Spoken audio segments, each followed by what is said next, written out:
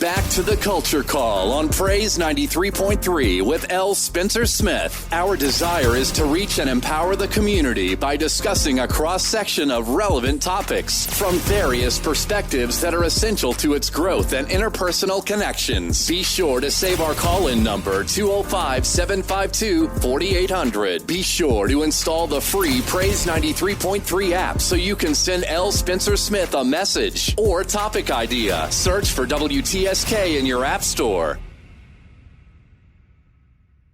This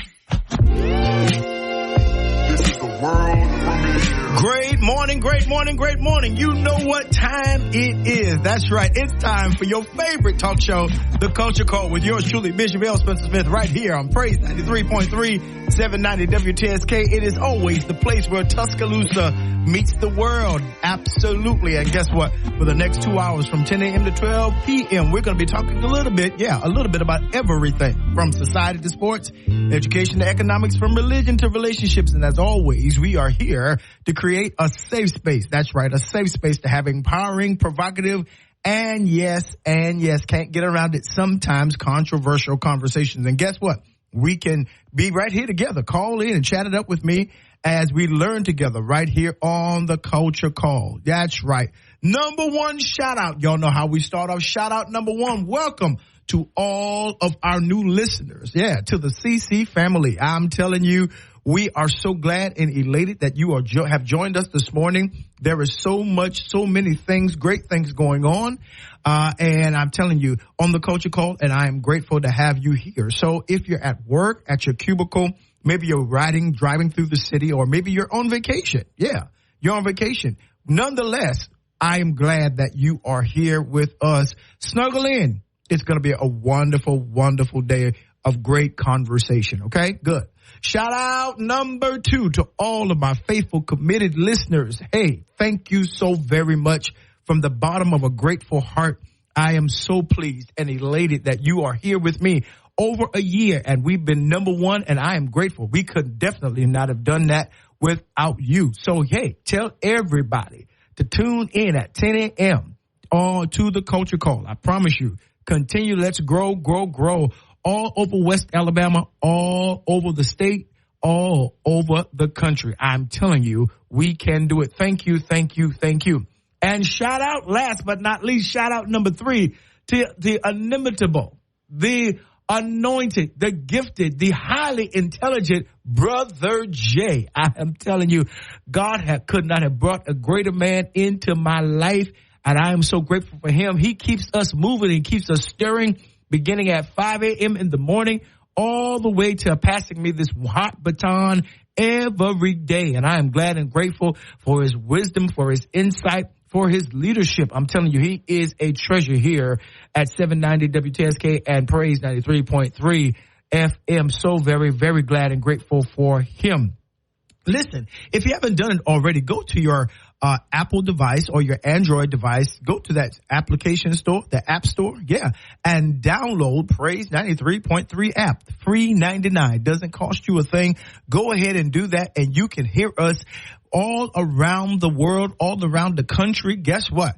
Doesn't matter what you're doing. I just want to make sure that you're able to hear us, while you're at work, while you're at play. I'm telling you, it's some great, wonderful programming that we have on our station. And guess what? You don't want to miss it. Always giving you weather, events, current happenings, whatever it is, that app can do it for you. Absolutely. If you got Facebook, Instagram, all these other things, Twitter, you definitely need our app, Praise 93.3. Hey, you can hear us from Topeka, Kansas. You can hear us from Little Rock, Arkansas, Dallas, Texas, or right here in the beautiful city of Tuscaloosa, Birmingham, Mobile, Montgomery, Huntsville, Gordo, Utah, Reform, Boligi. Hey, you can hear us. Demopolis, you can hear us. I am glad and grateful that you can hear us on that app. So go ahead and get that. Also, you can send me your public service announcements and events to culturecall.praise@gmail.com, culturecall.praise@gmail.com, and give me an opportunity to let everybody know the awesome things that you're doing at your church, your organization, your sorority, fraternity, whether you're an artist getting ready to have a concert, or whether you're a pastor getting ready to run a revival. Does not matter. Send those into me. Send it into me. Listen, save this number, 205-752-4800, 205-752-4800, and call into the show and let's chat it up.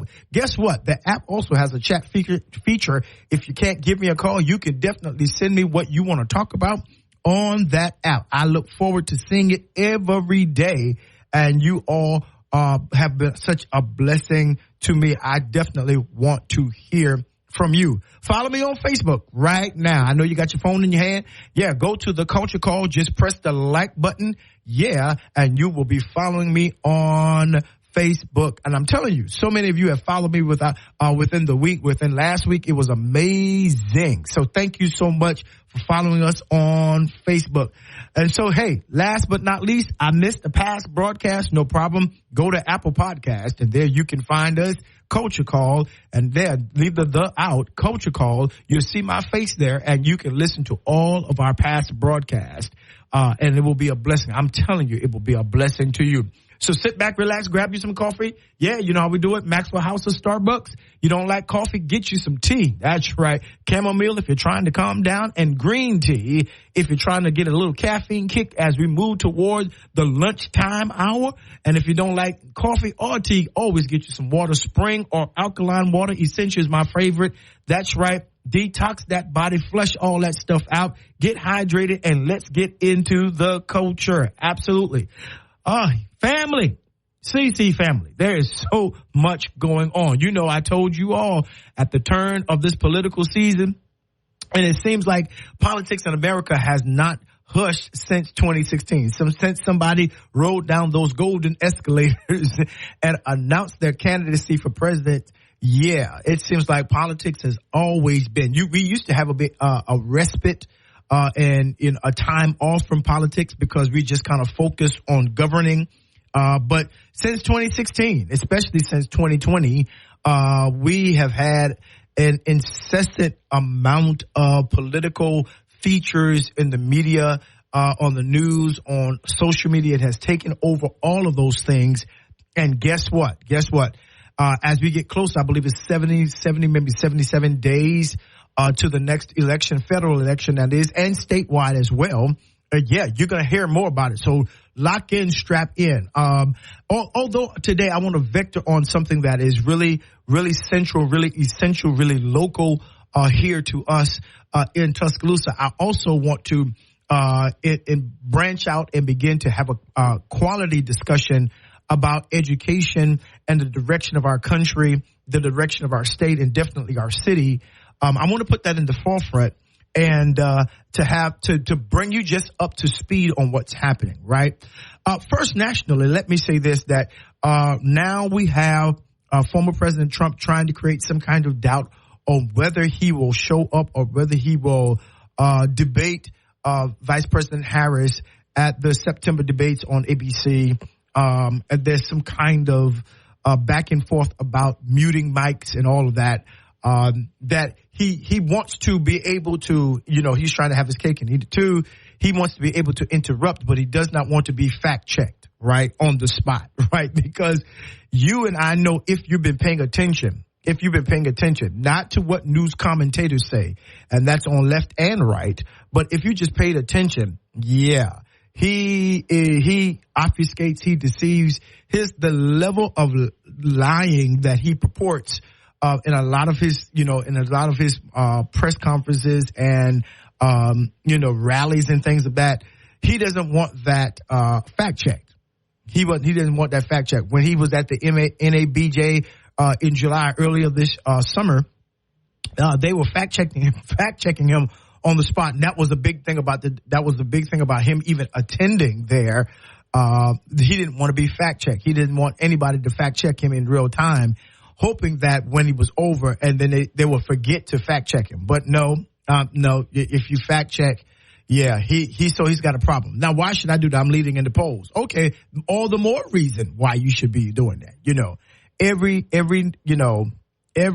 time it's always this issue of him not wanting to be fact checked. And that's something that they did not do in 2016. That's something that the media or people did not do in 2020. And now in 2024, I think everybody has kind of awakened to the fact that this guy needs to be fact checked. He needs to be called to the carpet for a lot of the things that he says.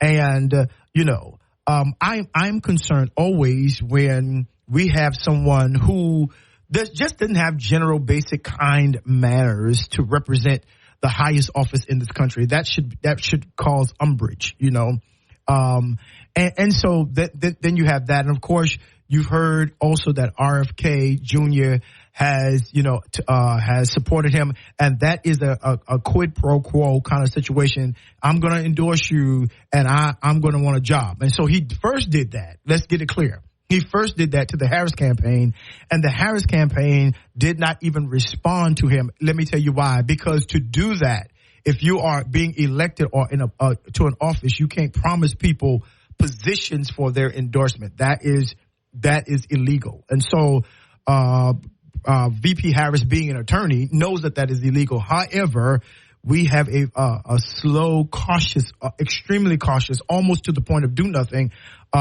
Attorney General Merrick Garland in the country. So yeah, he's allowed to at least say that.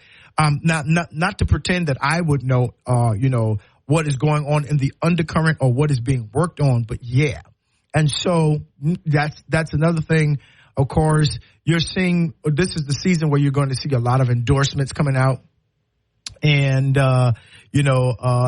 so you don't get ruffled. We've got one job to do, and that is get our hind parts out in November 5th and go and vote. Go vote on Election Day. That's right. Go ahead and just get your mind ready. It's going to be long lines. It's going to be listen, I'm telling you right now, because as much as this country loves to talk and focus on politics, it does not make it easy for the population to vote, because the more people that vote that the election seems to swing in one way or the other.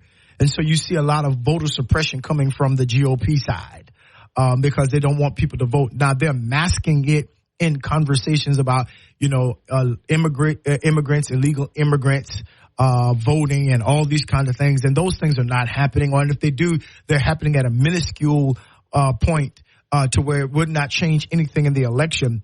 Most of the voter fraud in the last election and before has come from the Republican GOP side. That's facts. That's not something that's not hyperbole. That is facts. That every time that there is voter fraud that shows up, it comes from the Republican side, because a part of their platform and notion, part of their ideological performance is simply this, and that is the least people that vote, the more that we have, the better chance that we have at winning. And so that is also important.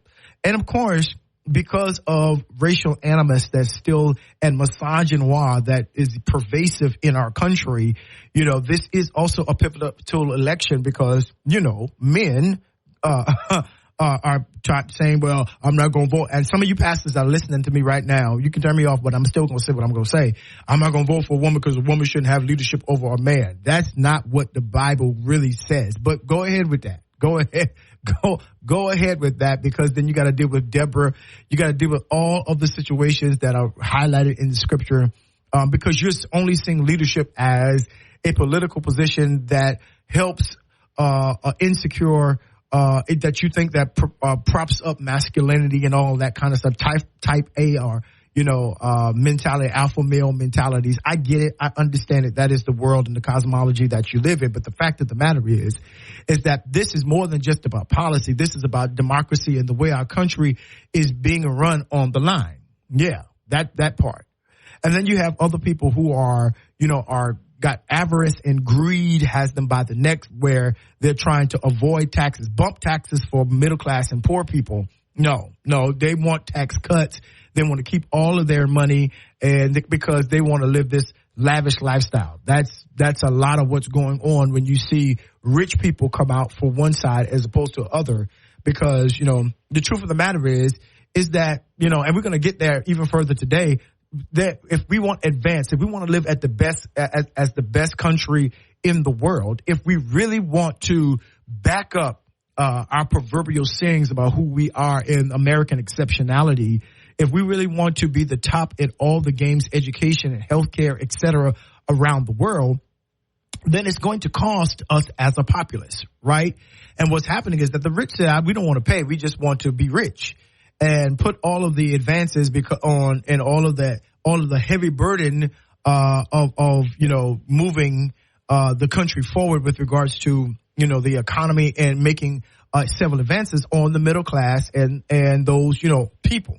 And so that's going to be something that you hear often. You're going to hear that the rich get richer, the poor get poorer, and then there's trickle-down effect. Then you've got some people that believe that the economy is not doing anything for them. The economy was better. No, it wasn't. That is a talking point, that the economy was suffering and hemorrhaging egregiously during the pandemic years and even post-pandemically, and it was turned around. This is not fake news. This is documented. It was turned around by a Democratic president named Joe Biden. That's just the facts. That's not, the number of jobs that have been created, and the economy always does better under Democratic presidents and Democratic administrations. And it suffers the most under Republican administrations. That's not what I'm saying. That's what historical economists have said. So then there's that.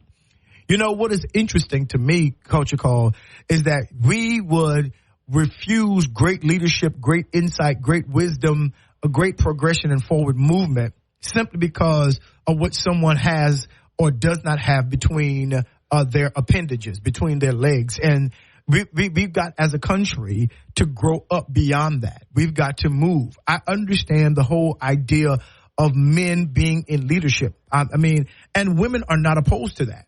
Women are not opposed to that. But the reality is, again, this is a different type of election. And we're about to see some things that are being shown. The heart of the country, the heart of people, the heart of America, the heart of some of your family members are getting ready to be seen, because you thought they were so wonderful, wonderful, wonderful, but you're going to find out that they're stuck in a whole, in an ideology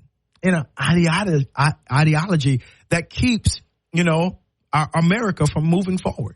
Yeah. That there were people, good people, that really were so ideologically challenged and hermeneutically the way that they experienced the Bible and understood and interpreted the text of the scripture, that they were good Christians, but they supported slavery. That they thought they were doing God a favor by hanging black people, And so I bring that distinction to say to the point of modernity and not to labor there, is that there are people who really, really believe, certain things. They really believe that they're doing a God favor in holding certain viewpoints. And they are literally afraid to challenge that level of traditionalism and fundamentalism. They are very afraid to do that. And I get it because to do that, to them, it shakes their foundation. It causes them not to be able to advance in forward motion with the rest of the world. Right now, there are scriptural interpretations that are on the progressive side that I struggle with as a pastor. I struggle with, and again, but the whole idea, sin as well as sanctification. Let me say this slow so you won't miss it. Sin as well as sanctification is a matter of choice. Okay? I know we have laws. Paul tells us in Romans that we ought to respect those who have authority. Laws are created so that we can see as a society, as a people, what are the do's and the don'ts. Some laws are here in America that are not existent in other countries, and vice versa. And so I get the whole understanding of that, the idea of laws. But the laws have never stopped anybody from killing, have not stopped you from speeding down the interstate, right, or in neighborhoods. The laws have not stopped so many things, right? And, hasn't stopped polygamy, hasn't stopped, just haven't stopped theft, haven't stopped anything. Laws just point out to what is wrong. It reveals what the scripture says. It reveals sin. And so sin and sanctification is a matter of choice, right? That we serve God not because there is a law on the books, right? We do right not because there is a law on the books that says we do right, right? We treat each other kindly not because there is a law that says you must treat each other kindly. No, else you go to jail or whatever, No, we do that as a matter of choosing, of our own choosing, right? And so that's very important.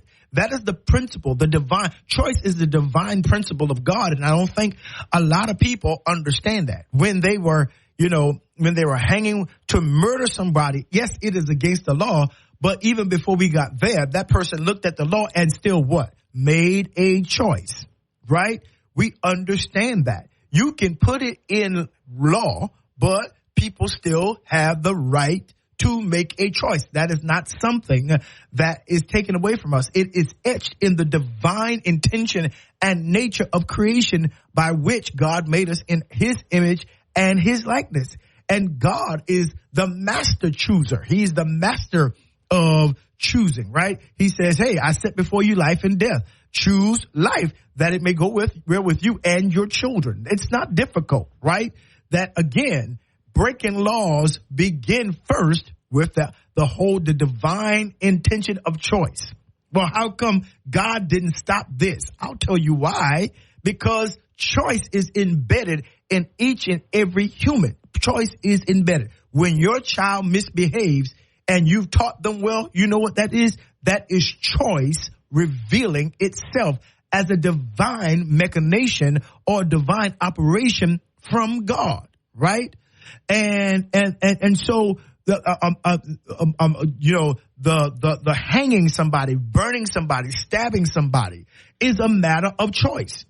It's a matter of choice. You can see what the word says. You can see what the Bible says. You can know what there is in the Constitution. You can know what it says from a state perspective and all of the legalities on the book. Guess what? When there's a matter of choice that must be reckoned with, right? And you can't change it, right? And people choose every day, right? You chose that red dress. You chose that blue suit, sir. Yeah, it is a matter of choice. And so I believe, me now, L. Spencer Smith, got me? Don't trip. I believe that is what the end will be. It's going to be the adjudication of our choices. Let's try this again. I'll say it again. That you know what, this whole idea, you so ready for Jesus to come, but here's the deal. Then the Bible says it's appointed unto man once to die, after that judgment. Jesus comes, there's still going to be a judgment. And it's whether you sit before the bema seat of Christ or whether the great throne judgment, the great white throne judgment, right? And so the whole idea is, what is the judgment each of those about? It's a matter of choice. It's a matter of how you have chosen to live your life, right? Did you choose to sin or did you not choose to sin? Did you choose this or did you choose that? Did you choose to stay with your family or did you choose not to stay with your family? Did you choose to honor your father and your mother or you chose not to, right? And here's the deal. Well, I know there are reasons and all of these different kinds of things, but the end of the day, you have a right to choose. You have the prerogative to choose. And at the end of the day, Culture Call, that's what we're going to be weighed by, right? That's what we weigh people by right now. The ability or their ability to choose, right? Once they lose the ability to choose, watch this, or to exercise choice, they are no longer alive. They are a slave, right? They are ones that has to, been created or fashioned to do the will of another, right? In terms of, and they are a robot, right? Even this whole idea of will, W-I-L-L, you have to choose to do the will. Yeah, your mind has to be, according to Romans chapter number 12, verse number 2, your mind has to be, Your mind has to align or choose to do that which is that good, acceptable, and perfect will of God. That's the latter clause of Romans 12:2, clause B, right? I think that's clause C, right? So then you have to understand, all of that. It's a matter of choice. You choose which church to go to. You chose what job to work at. You chose what car you drive. You chose what kind of house you live in, right? And so this whole idea of choice has to be weighed, right? You're choosing not to view, women as one that God created with a level of equality. You're choosing not to give her equity. Even when he says, and God blessed them and said to them, the image of God both possess, the men and the male and the female possess, yes, both the image of God. It was you that choose to diminish that image, right? That the masculine image is not greater and more valuable to God than the feminine image of God. No, absolutely. Let them means them. That's a plurality, right? That's a plurality. Let them be fruitful, because you can't be fruitful by yourself. There has to be some kind of interaction there. Let them be fruitful. Let them multiply. Let them replenish. Let them subdue, and let them have dominion. Let them, right? For you to look at that and say, well, no, that ain't how that go. Okay, well, whatever. Okay, but if you're going to look at it from that kind of context, also look at it from this kind of context, that yes, man was created first, but woman was created second. Yes, why? To help him, not vice versa. Let's try that again. That men helping women as a fragile agency happened as a result of the fall. Yes, that's after the fall, that part. But yeah, if you read the text says that God says, I will create him a helpmeet suitable. I will create for him a helpmeet suitable. I'm going to create for the man help, because he need help, and help that can help him do what I have given him to do. It's their assignment, right? And so, when you look at this whole outline culture call, and I don't mean to bore you this morning or do a long one, but I want to just get you to understand that the world is full of choices. You chose to marry her. You chose to marry him, right? You chose to do this and you chose to do that. There's nobody, there's nobody else you can blame, right? In my little small Pentecostal church growing up, culture call, they used to sing the song, ain't nobody fault but mine. That's what they used to sing. Ain't nobody, if I die and my soul be lost, ain't nobody fault but mine, right? Which is a matter of manifested choice. That's a matter of choice, right? And so we have a major choice coming up. Every day is a day of choice, but we have to now choose. Will we align ourselves with the better angels of our humanity, or will we continue to go down this road of patriarchy, this road of theft, this road of devaluing each other, this road of hatred, this road of racist and racial animus, where we go down that road of not being loving to our neighbor even as ourselves, where we continue to go down that road of praising guns, but being blinded to gun violence? Will we continue to wear, to equate the state on the level of God? Will we continue to do that? We have choices. We are faced, culture call, with a major, major choice in this country, in our lives.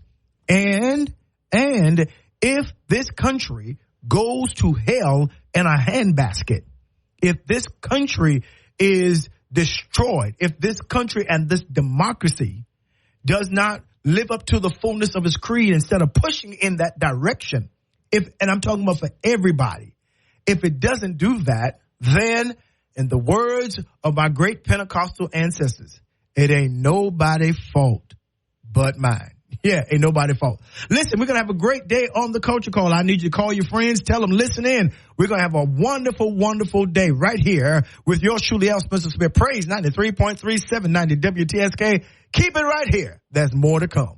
This is the world premiere. And And we are back right here on the Culture Call with yours truly, L. Spencer Smith. Praise 93.3, 790 WTSK. Listen, go ahead and download that app so that you won't miss a thing. Not one single solitary thing. Today we're just talking about choice and the choices that we make and the power of those choices. And we have to be mature. You know, choice is something that, if we can be really frank and honest, choice is something that has to be cultivated and developed over time. You know, when the scripture says, train up a child in the way they should go, so that when it gets older, it will not depart from it. It is inferred into that text in Proverbs. There is the issue of teaching our children the power of making choices, the power of making wise choices, that I'm going to train you or to rear you in the direction of what, yes, God has chosen for you, his will for your life. But when you get older, you have to make a choice. There is a choice to be made when my voice as a parent is not the prevailing voice or not the strongest voice in your ear, right? That there has to be an intrinsic inward voice that calls you and is cultivated, that I've done while you were a child, to help you with your ability to choose God's way rather than another way that has nothing to do with your purpose in the earth and your destiny, right? And so that's very important. So choices begin as children. That's why discipline is important. That's why we spank. That's why we, that's why we take phones. That's why we take, play boxes and Xboxes. That's why we put people in the corner, put your nose in the corner. That's why we make them write sentences 100 times. I'm letting my education, my teacher, bona fides sound off, right? But the reality is that that's what punishment and reward is about. It's about the choices that have been made and the metric, right? When I was in college, they had a course that taught us how to literally, at the end of the day, measure choices that people made. The class was called measurement and evaluation, right? I'm going to measure your answers based upon, on the test or whatever, and I'm going to evaluate your answers, right? After I measure it, I'm going to set, a few answers. I'm going to create these answers, and then I'm going to evaluate the answers. So I've created the measurement, and then I'm going to evaluate how you answered the particular measure, right? And so that's multiple choice, and that's what they call life. That's what it is. It's a great multiple choice test. And I want to stop right here. What are the choices that we are making, right?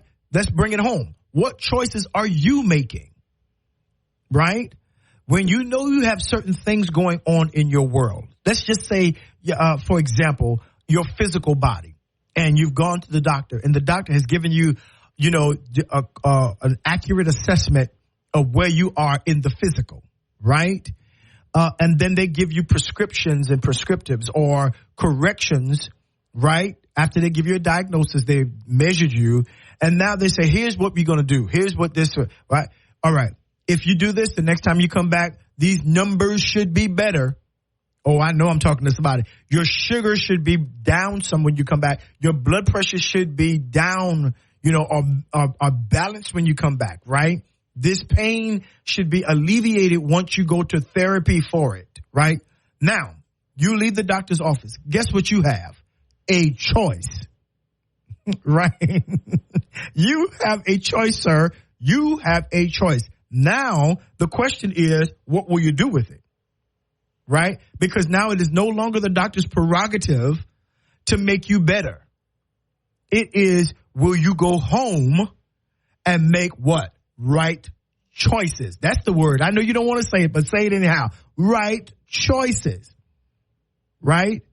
If they tell you don't eat this, if they say measure or, moderate this kind of, don't drink sodas all day. Maybe drink one a week. God, let's start with one a day. You got to have a Pepsi with everything. You got to have a Coke with everything. You got to have liquor with everything. All right. And the doctor says, hey, here is your condition. We can reverse your condition if you change your behavior. if you make what? Different choices on your behalf. Right? Now, you go back to the doctor because you made a choice. I'm just going to do it. I'm going to live. I'm going to eat, drink, and be merry. I'm going to do what I want to do. I'm going to eat the whole pie. I'm going to eat half of the cake. I ain't going to let them pig feet go. I ain't going to let all that. I ain't going to let them chitlins go. I'm going to eat it all. I'm going to have a plate pile high.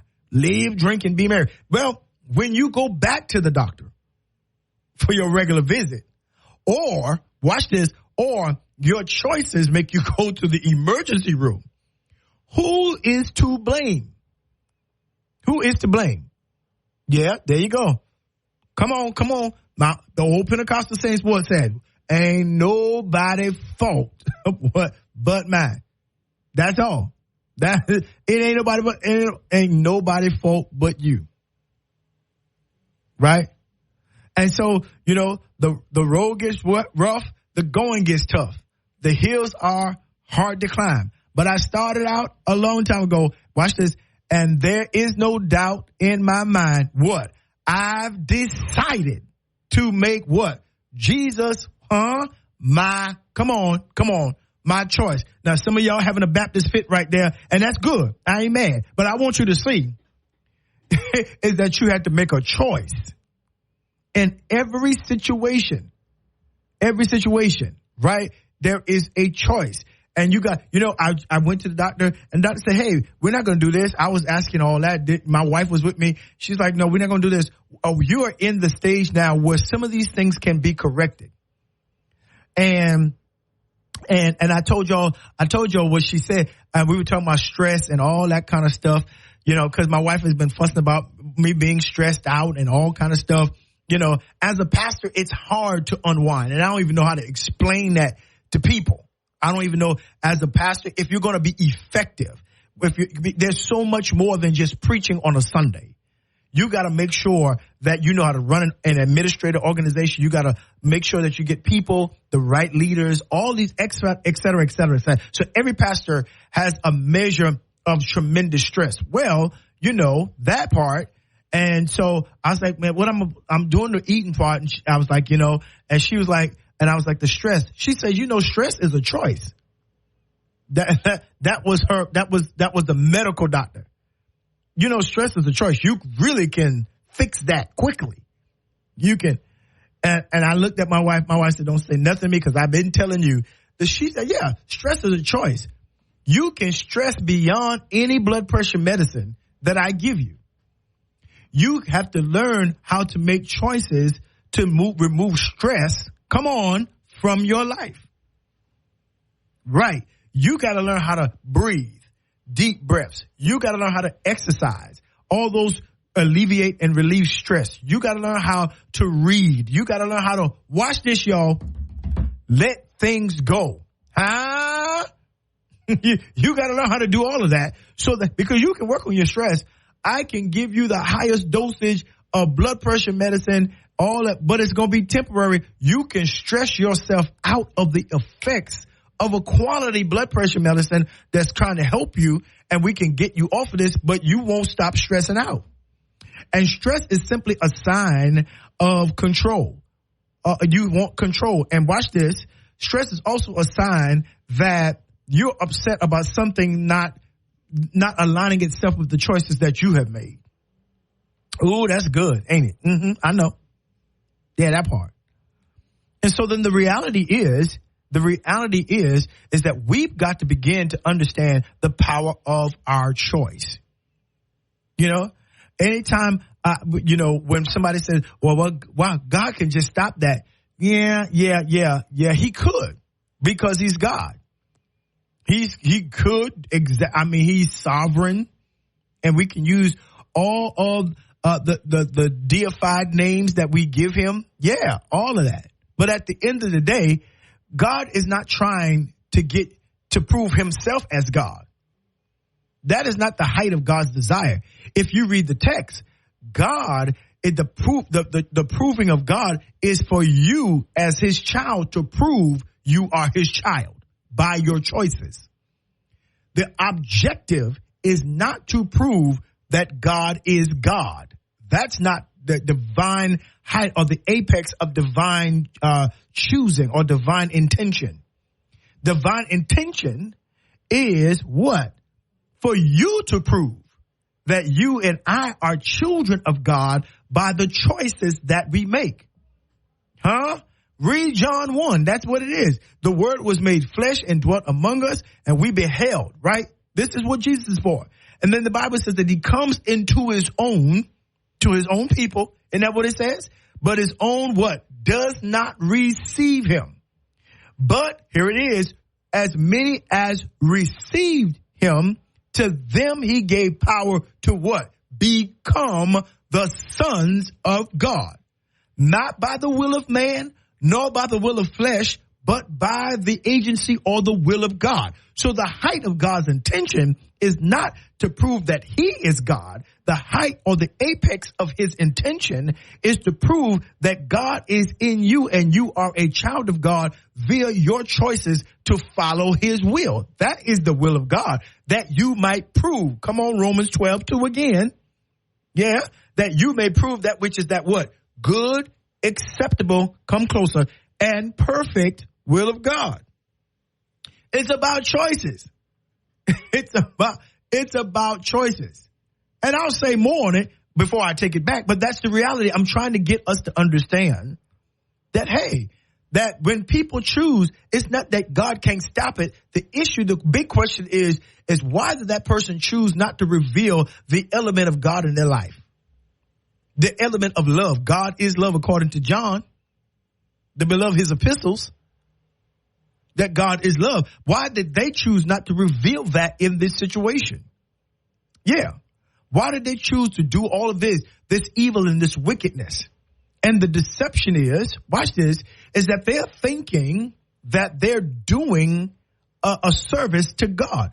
And then, Jesus kind of comes along and disrupts all their thinking. He says, watch this, he's so low down. Jesus said, you are of your father, what? The devil. He is the father of lies. In other words, they think they're doing God a favor, but they're lying to themselves because their father is a liar. But the Bible says from the beginning.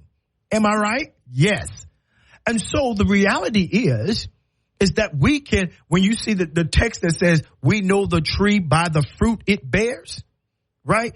It can also read, we know the tree by, we know the person by the choices they make, because the choices are your fruit. The actions are your fruit. You can't tell me that you're a lemon tree producing watermelons, because when we get down to classifying what you really are, we got to go by the fruit, not by what you want to be called. You might want to be called a believer. You might want to be called a man, a woman of faith and power. But what are your what? Choices. Right? Absolutely. When you go down to the school to deal with that teacher because your child has made, they got in trouble, your first thing is not to fuss at the teacher. The first thing is to ask the child, what kind of choice did you make? What choice did you make? That's why it begins at home. Do y'all see where I am? What kind of choice did you make? Is that a choice you should have made? And what do we say what happens when you make bad choices? Now you got to stay after school. Yes. Now you disrupted everybody's rhythm because of a bad choice. Why? Because I had to take off from work. The teacher had to stop with teaching. Other students were so busy laughing at you that they got disconnected from instruction. And now you sitting here looking like, like who did it and what for? Because I'm here now. But you know why? What caused this? Your choice. This ain't hard, Culture Call. And don't make it hard, family. Y'all know I'm telling the truth. That's it. It's the choice. You mad. Why are you mad about treating her bad? Then she makes the choice that says, I'm getting out. And then you mad again because your choices have caused her to make a choice to preserve her own life. Why are you mad? This is a byproduct, or a product, shall I say, of the choice you made. Right? And the issue is our minds are not being renewed. Right? We're not being transformed. We're not being changed by the renewing of our mind, by the choices of that we make, right? And so the thing that's causing you not to change is the choices that you refuse to make. Absolutely. Absolutely. That's why that sugar ain't getting no better. That's why that blood pressure ain't going down. That's why them headaches are still persistent. Because if it's not the choice, then there has to be some other solution, right? In your body, you know? But the reality is our lives are filled with choices. And here's the facts. Culture Call, I know some of y'all might get mad but I'm going to say it anyhow. We weren't taught to make good choices. We were raised by folks that made terrible choices. And we're afraid to say that because it removes the deification that we placed on them. It removes all of that. When we say that, yeah, mama didn't make a good choice. Yeah, mom, daddy didn't make a good choice. When he did that, X, Y, Z, ABC, yeah, they didn't make good choices. You see that's what I'm trying to say. And so, but if you are going to change for you and your children, then guess what? You're going to have to begin to say, hey, yeah, I didn't make a good choice there. I should have done something different. I should have done, I should have treated you different. I should not have said that. That's why I lost my job, because I was coming to work late. That was a choice, beloved, that you made. Why are you mad? Right? Because in this country, it teaches us to choose, but then want to not to live with our choices. No, the media is not picking on you, sir. The judicial system is not picking on you. It's the choices you made. This is the repercussions of the choices, the consequences, the adjudications of the choices you made. You're being sentenced because of the what? Choices that you made. Period. Absolutely. And see, there's a measure of people in this country that don't want him to admit his choices. You know why? Because they don't want to do that. It's reflection. Right? It's reflection. Anytime he projects on one person doing something, I already know he did something. He's telling on himself, because that kind of an individual can't remain deceptive always. The arrogance and the hubris always going to alert you what they did, but they're going to blame it on somebody else. That's how you can tell what they did, because they're blaming it on somebody else. Wake up, y'all. It's a matter of choice. Listen, we're right here on the Culture Call with yours truly, L. Spencer Smith, Praise 93.3, 790 WTSK. I need you to keep it right here. Go ahead and get you a nab, or get you some snack, get you something to drink, and keep it right here. There's much, much more to come. This is the world premiere. And we are back. It's the top of the hour, 11 a.m. and some change, right here on the Culture Call with yours truly, L. Spencer Smith, Praise 93.3. 790 WTSK. Want to welcome all of my listeners for the second hour. That's right. You weren't able to make it the first hour. No problem. Guess what?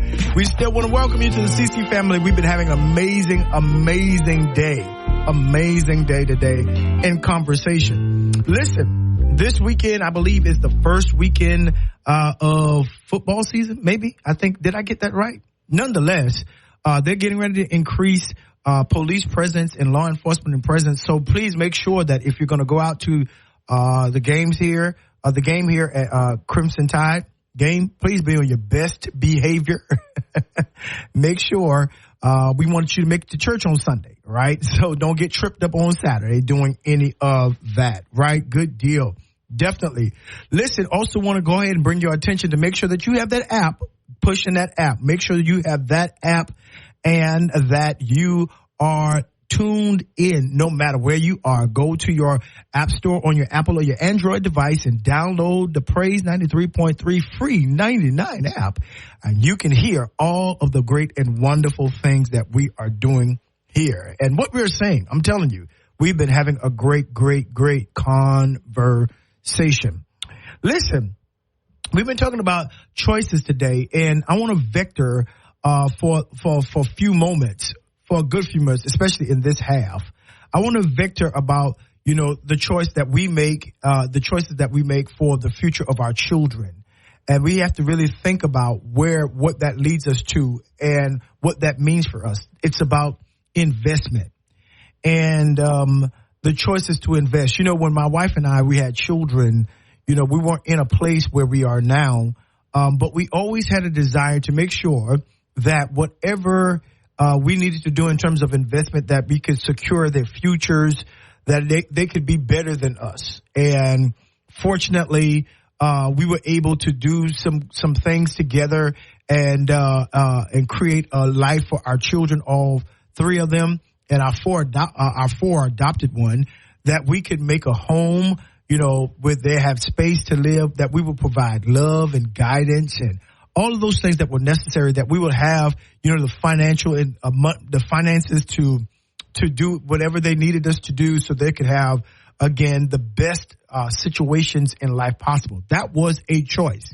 and it was a growing choice. There were some years we did great. There were some years that were challenging, but we tried to remain committed and consistent to our desire to creating that kind of facilitation for our children, so that when they became adults and had their children, it would be etched in their mindsets. We're waiting on that part, but that we created an economy, or better yet, an atmosphere, a particular homeostasis, if you will, a balance within them, to know, and an urgency to know that my job as a parent is to provide and invest in the future of my children.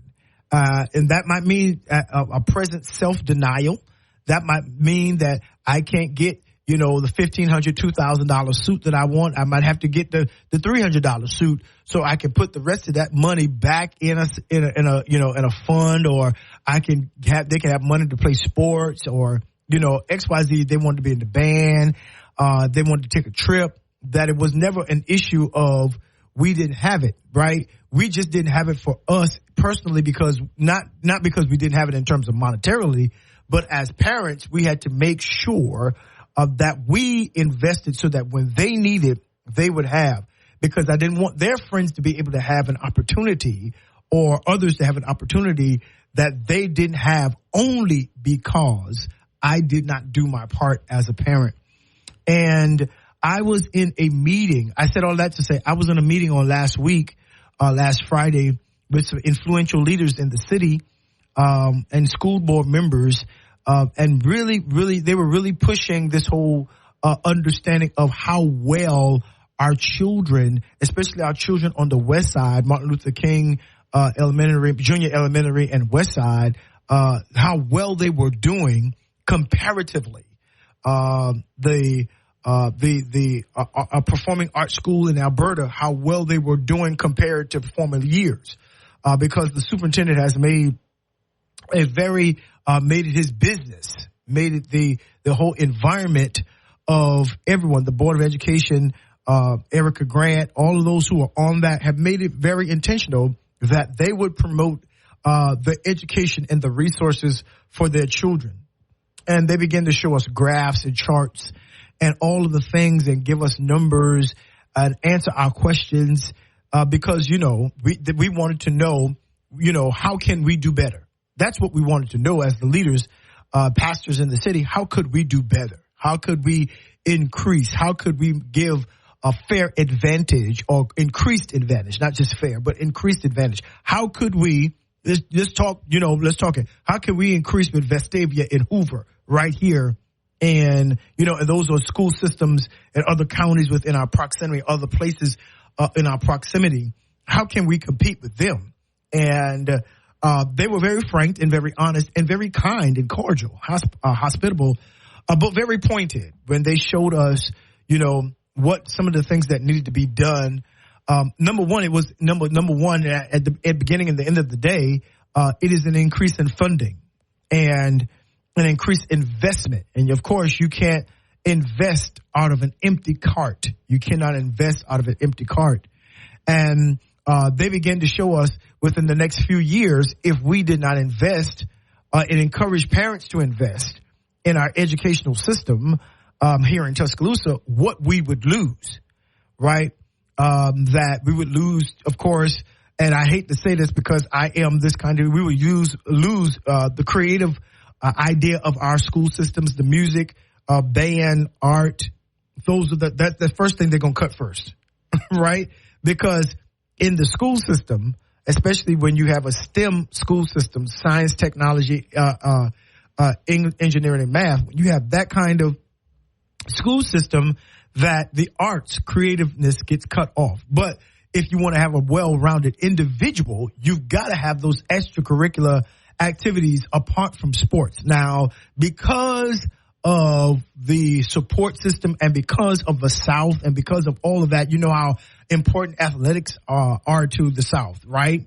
Then that wasn't on the cutting, scheme. But there are some that have to cut back because of the low investment. And they begin to share with us that investment in education and hasn't really increased a whole lot in terms of community investment or that they get, certain subsidies from certain from city council, from certain federal programming and all of that. But they begin to share with us the need for investment, that we cannot keep quality teachers and quality administrators, that we can't have quality schools and build them where the student teacher ratio is one that is, first of all, atmospherically and environmentally arranged and aligned for the best educational outcomes. You cannot, I've been a teacher, you cannot successfully educate children in an overcrowded classroom, right? Overcrowdedness promotes behavioral problems, right?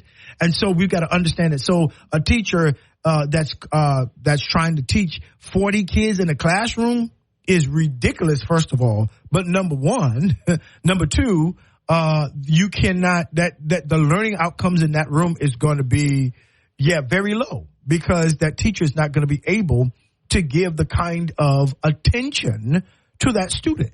I mean, that's the facts. And so, they showed us very, the things that we would lose. And then they begin to share with us the things that we would gain. And that will put us on the cutting edge. And that will make us not just a STEM school, right? Science, technology, in English and math, I think engineering, math, whatever that is. But a STEAM school where you would add arts in there. The way you move from STEM to STEAM is investment. Let me say this. That's important because right now the educational system all over the country is going the way of supporting technology, going the way of supporting science, right? And every child does not have that kind of academic propensity to, a skill set to be able to master and to manage themselves in those rigorous courses of algebra, trigonometry, pre-calculus, calculus, all of those things.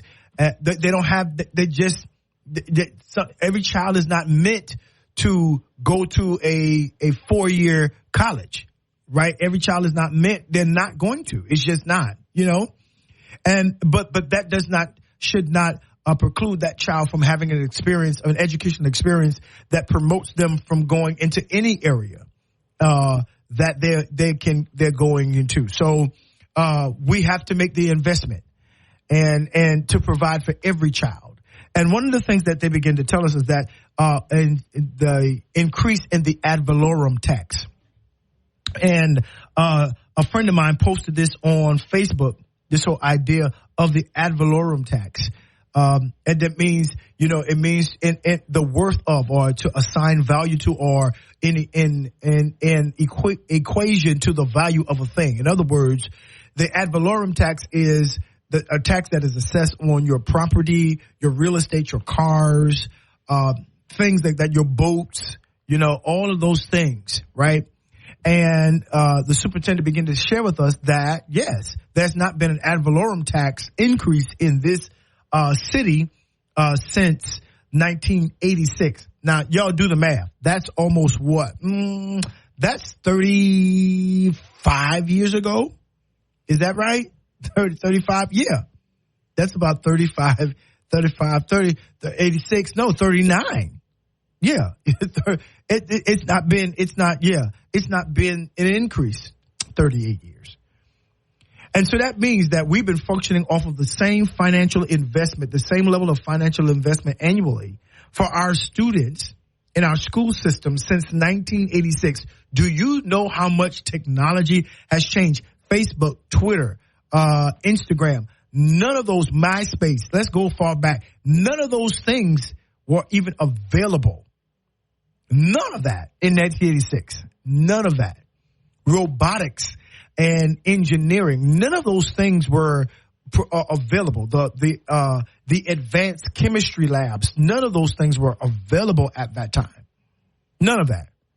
And so we're dealing with a competing market for the kind of students that we produce in Tuscaloosa. And when you do the national numbers of where Alabama is listed in terms of educational outcomes in the United States, we in the 40s. Now, you do know that it ain't but 50 states plus territories, right? And so, you know, being in the 40s is not something that we need to be happy about, you know? And most of the low numbers are in the South. And the way that they have apportioned how we invest in our school systems, our educational systems, right, are by the property taxes in that particular vicinity, in that neighborhood, right? And so if you want your children to have better schools, then there has to be a level of investment. And the easiest way of making a large investment is to increase the ad valorem tax, right? Now, they said, you know, I began to talk to one of the presenters of the thing, and I said, well, you know, one of the things that we want to make sure of is accountability, because I understand, again, from my wife and I don't have any children in that school level now. All of my children have graduated with double degrees, except one, and that's his choice. But all three of my kids, four of my children, three of them have graduated with double degrees, from Spelman to Wake Forest, and then I've got from Morehouse to NYU, and I've got from I think a double from University of West Alabama, right? Bachelor's and master's, right? And I've got a child who just graduated with honors from Florida A&M University in Tallahassee, Florida. So we were able to do that because we understood investment, and all of them are out of state, right? So they're expensive. Morehouse and Spelman, my God, are expensive, but it's an investment. And you cannot say that you want your children to have the best and not make investment. And you cannot be angry when you see other counties and other vicinities and other municipalities getting opportunities that our children are being robbed from simply because we won't make investment. And, you know, again, there was a time that I spent a lot of money on suits and a lot of money on clothes and shoes because, you know, my line of work, I was traveling a lot, you know, I was wearing out my regular suit, so I had to go up, you know, and then when I came off of the road, I stopped traveling as much when my kids got to that age, and I put that money somewhere else. That's important, that we begin to invest. That ad valorem tax is annually is minuscule in terms of what the measure of what it will bring back to us. So I want to make sure that I give you an understanding that it is, again, a tax that is assessed on your property, an tax that is assessed on your real estate, your boats, your cars, all of those different kinds of things. And the investment, watch this, goes back to what we can actually do for our children in the school system. Yeah. Now we have a choice to make. We want new schools. We want better schools. Listen, not only that, we're able to pay teachers more so they won't leave. Yes. They won't leave our school system. Yeah, because they'll say, hey, they're taking care of me right here in Tuscaloosa. That we get better administrators. Yeah, absolutely. We can increase teacher salary and do all of that, but it's going to cause investment. You know, and then I read on somebody put it on Facebook. Well, we don't. You know, it's going to cause our property taxes to go up. And X, Y, Z, ABC. Is that not a small price to pay? You don't complain about the grocery taxes, right? You don't complain about none of the other things. No, we do what we want to do. And then watch this. We don't do what we don't want to do and then complain about what is being done with what we did, right? Or what we didn't do, right? That we can't shake our fist in the face of the schools, the principals, the administrators, and we've not made an investment. Part of the reason why we have to keep giving and buying supplies at the beginning of the school year is because simply the level of investment over the years and inflation has caused the teachers and the administration of the schools not to be able to support that, not to be able to even buy things. When I went to school in the 70s and the 80s, I'd go in, right? When I went to school, all I needed to do was get my own pencil, my own eraser, all of that. It wasn't no sharing. Parents didn't have to bring grocery bags and stuff. No, things were cheaper then, right? But then we didn't have the same level of opportunity. That part. That the same level of opportunity that my kids had, I wish I would have had. They didn't have the programming. And we didn't have the funding. And so everybody's like, well, we don't want to put taxes on the people because they're going to get mad and X, Y, Z and ABC. Yeah, but okay. We pay for what we want to pay for. There's got to be another level of investment in our school system. I'm going to say this again. There must be, yes, a level of investment, renewed investment. 1986, we should be embarrassed of ourselves. But that tells us, here's what that points to. That tells us the level of greed or avarice or stinginess. That's the word that we have. That we are, I don't know. We're fussing about taking school supplies at school, but I'm trying to tell you why that's the reality. Right? And really, they're using straw to make yarn now. To coin the phrase in Rumpelstiltskin, the fable, the fairy tale, right? They're using really what they don't have to make the outcomes that they have. That they're trending, most of our schools, especially in our West Side neighborhoods, are trending to B status when they were coming from D and C status. They're trending to B status. Yeah. Our children are having more outcomes.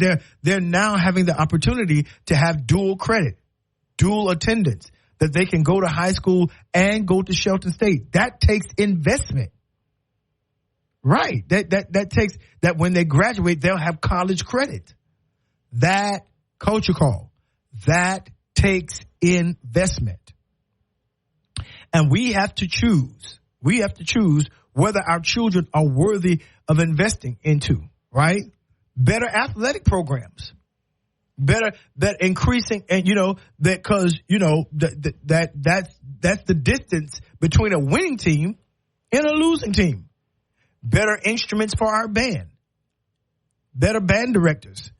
Yeah, they can stipend the band director better so they can have more rehearsals and more, that it can really be extracurricular. It can be really the days when you remember when we had big bands and all that. We can have that again, but it's going to take what?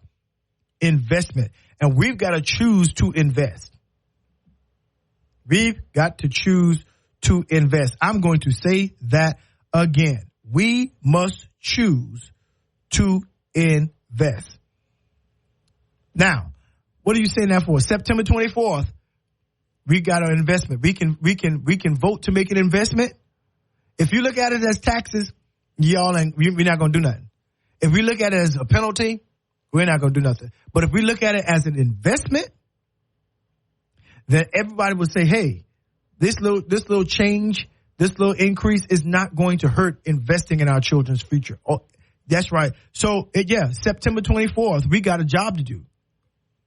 We've got a job to invest in our, and listen, and I have no age, but I'm for it because I understand.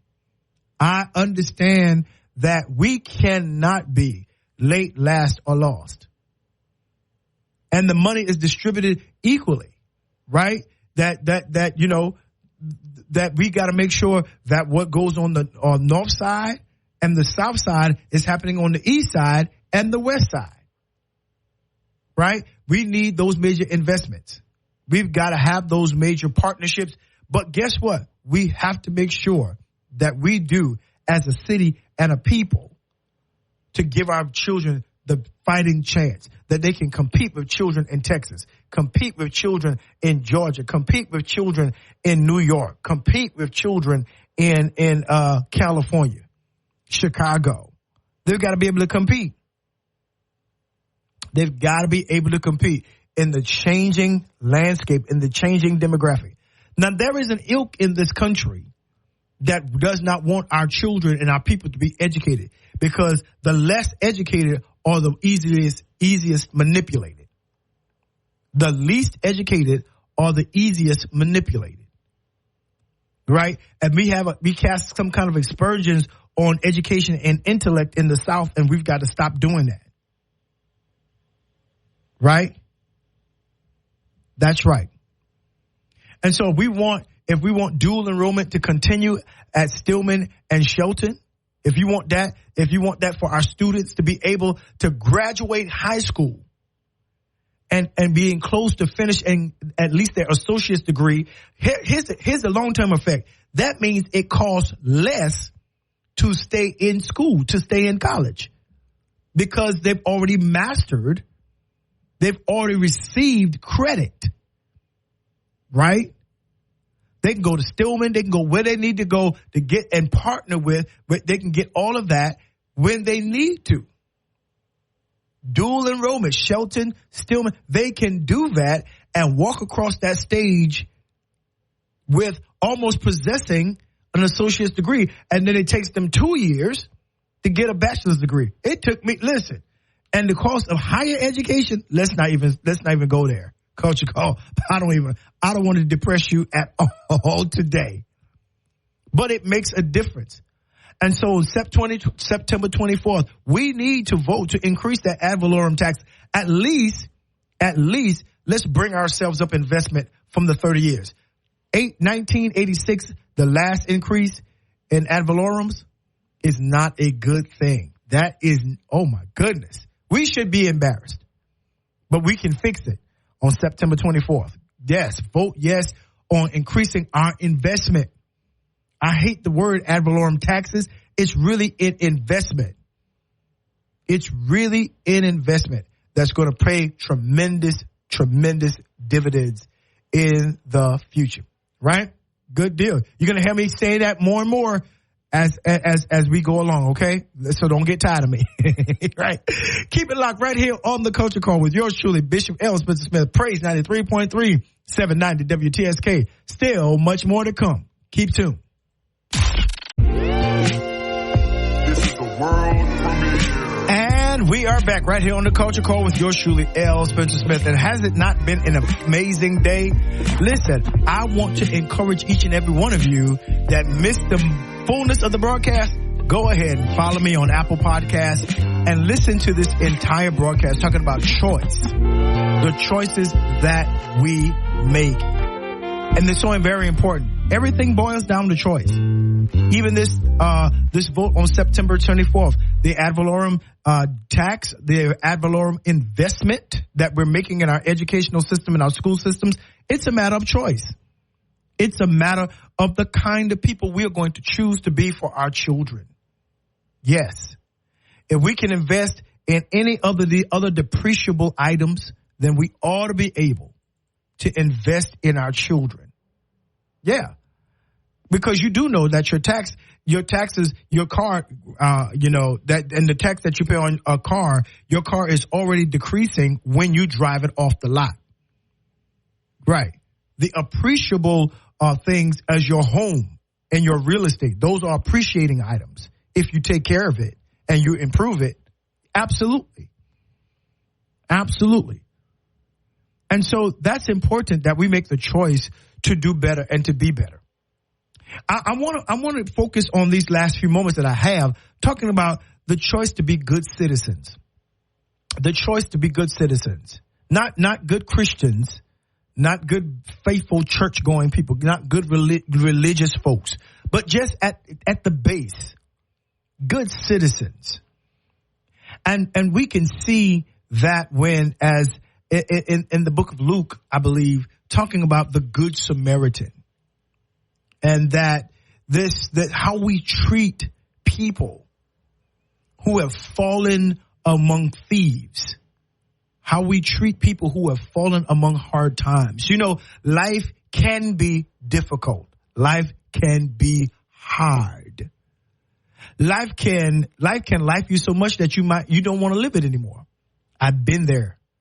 I'm telling you that the world is full of, and even in our community, we're surrounded by people who every day who look at life and have a black eye, and who have bruised ribs because life is doing a thing on them, doing a number on them. And you know what? It has to come to our consciousness that there are people that are just trying to survive on their journey. This man was on the road. The Bible calls it the Jericho road, from Jerusalem to Jericho.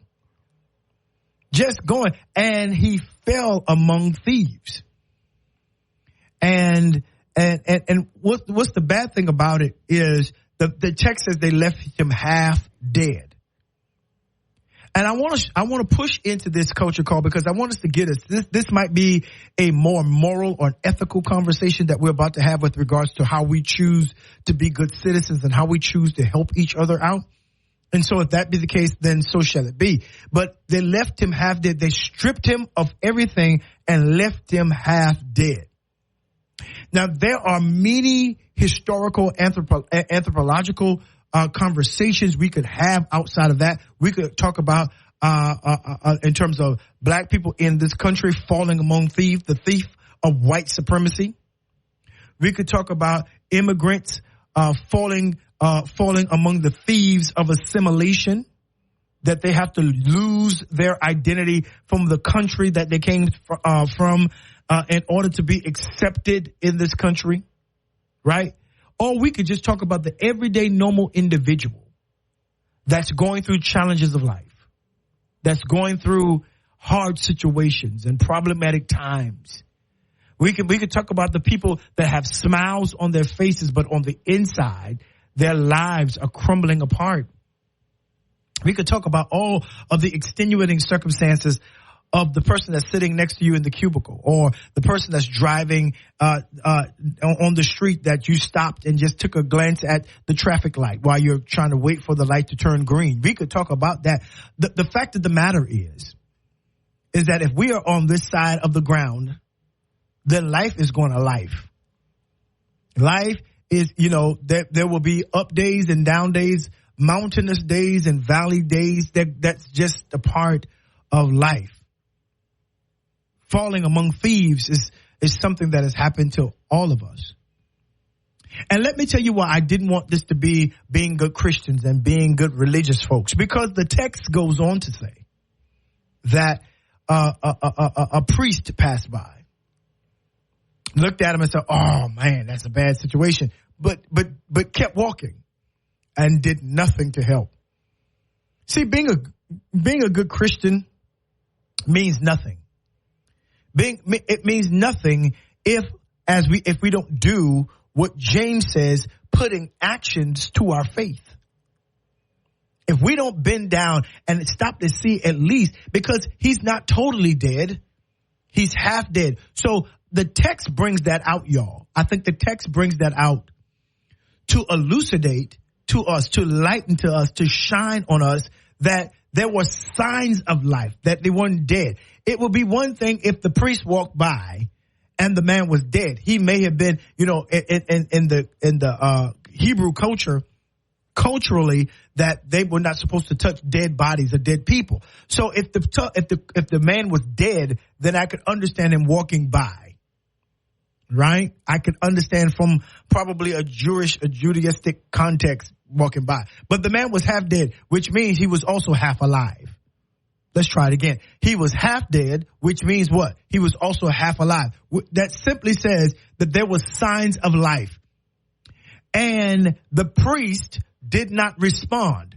his priesthood did not allow him to respond not to the half-dead part, but to the half-life part. That part. He didn't respond to the part that was still living, that was still trying, that was struggling, yes, but was surviving. He didn't respond. He just walked on the other side. It's not enough for us to be good Christians. No, that's what the text points out. It's not enough for us to be that. And then came a Levite, good religious, taking care of the things in the temple, all this. It's not to have good religion because the man is still half alive. Come on, y'all. If he's half dead, what's the other half? That part. Half alive. Right? So the man is still half alive. Somebody going to take this and preach this on Sunday and wreck the house. Do it. I don't go forth. But the man, and what is it about our faith that does not run to the help of struggling, surviving people who are doing the best that they can to make it, that causes us in our great religion and our attendance to the temple? We take communion, we go down in the water, but we can see people who are half dead, half alive, and walk right past them. No, I don't think you have it like the Bible says, or there is something wrong about our faith when we do that, Culture Call.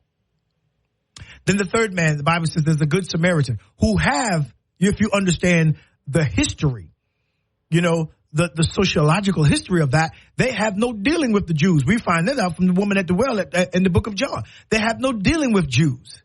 They have no dealings. But the good Samaritan saw the half-life part, picked the man up, poured in oil and wine, gave him the things he needed to promote life, that life could increase. And if life increases, that means the dead part has to decrease. He promoted that man's life, poured in oil and wine, yes, and put him on his beast and took him to the inn. And not only that, he made a choice not just to help the man, but to invest in the man. He told the innkeeper, let me tell you what he told him. He told us that, and whatever, go ahead and take care of this man, let him lodge here, and whatever bill he has, put it on my account. Now, if you understood the culture, innkeepers were amazingly crooked people, right? And they would overcharge. You would just have to rely on, they would charge one person to stay at the inn, one price, and a person that they didn't like, they would charge them an exorbitant price. But the man didn't even care about that. He said, and whatever this man needs, put it on my account. Now, whether you cheat me or not, it doesn't even matter. That's on you. That's what? Your choice. But put it on my account. Right? That there are people and situations that we must invest in. Jesus teaches this parable to us because he really wants you to understand that it's not your religion. It's not your Christianity. It is the choices you make. Yes, you can be named the name of Christ. Yes, you can say that you're a person of faith. Yes, you can say you're a Christian. Yes, you can say you're a believer. But at the end of the day, it is the choices that you make that reveal what is in your heart. It's the investments that you make as a citizen, just as a person. No titles, no religiosity, no piety, just out of the goodness and the recognition that someone else other than you deserves to live, that they still have worth in their struggle. They still have worth in their pain, in their depression, in their tears. They still have worth. You're not looking at the outward. You're looking at the potential and the possibility of me being able to partner with this individual so that when they get out of my presence, they have an increase of life. Are you that kind of person, Culture Call? Are you that kind of individual? Is that the kind of person that you're saying by faith Christ has made you to be? No. I'm here to push back on that notion. I'm here to push back on that notion. Are you asking me, Reverend, you asking me to be like Jesus? Yes, absolutely. That's what I'm saying. What you listening to all this gospel music for and got on the inspiration station? If it's not going to be transforming, if it's not going to change you, if there's not going to be a metamorphosis, if you're going to have the wings of a butterfly but still crawl on the ground like a caterpillar, then if you're not going to change, then why say it? Why promote it? And better yet, don't use Christianity and your faith to be a restricting agent of other people, that you become this what you shouldn't do. This why God don't, this why you're going to hell. That's not what this is about. This thing is much deeper, or at least it should be much deeper, a much deeper and richer reality. That I am encouraging all of you who are listening to me today to consider which one you have been. And if it's anything less than the third character, the Good Samaritan, I'm going to admonish you to change your behavior. I'm going to admonish you to do something different, to choose to prove that good, acceptable, and perfect will of God. Now, who do you think was more like God? The priest, the Levite, or the Samaritan? Yeah, who do you think was more like Christ in their actions, in taking care of that man, in investing in that man? Who do you think heaven pays attention to? Who do you think that heaven hears the most? Who do you think is more like Jesus? That's important. And I want to leave you with that today. I see the runway. We got one more commercial. I see the runway. I'm going to land this plane, but I wanted to leave you with that. What choices are you making to better humanity, to be a good citizen, to be a person of faith in action? Absolutely. Listen, this is the Culture Call with yours truly, L. Spencer Smith, right here. Praise 93.3 FM 790 WTSK. Keep it right here. We'll be back. This is the world premiere. Well, Culture Call, it has been a great day, an amazing day, a phenomenal day. Listen, want to remind you, if you missed the whole broadcast, go ahead, follow me on Apple Podcasts. And when they put it up, they're going to put it up maybe about 30 minutes after the broadcast. Yeah, go ahead and listen to the whole thing. It's a matter of choice, the power of the choices that we make. Listen, if you missed today, have no fear. We'll be back tomorrow from 10 a.m. to 12 p.m. right here on the Culture Call. You know, my grandmama and my mama used to say always at the end of every phone call, I love you a bushel, I love you a peck, and I love you a hug around the neck. This has been the Culture Call with yours truly, Bishop L. Spencer Smith, right here on Praise 93.3 and 790 WTSK, hoping and wishing and praying that you have a marvelous day. Love on somebody intentionally. Life is but a vapor. They'll be here today and gone tomorrow. And so make sure every opportunity that you have, that you tell somebody that you love them. Be kind, be at peace, and have a blessed day. Talk to y'all tomorrow. Peace.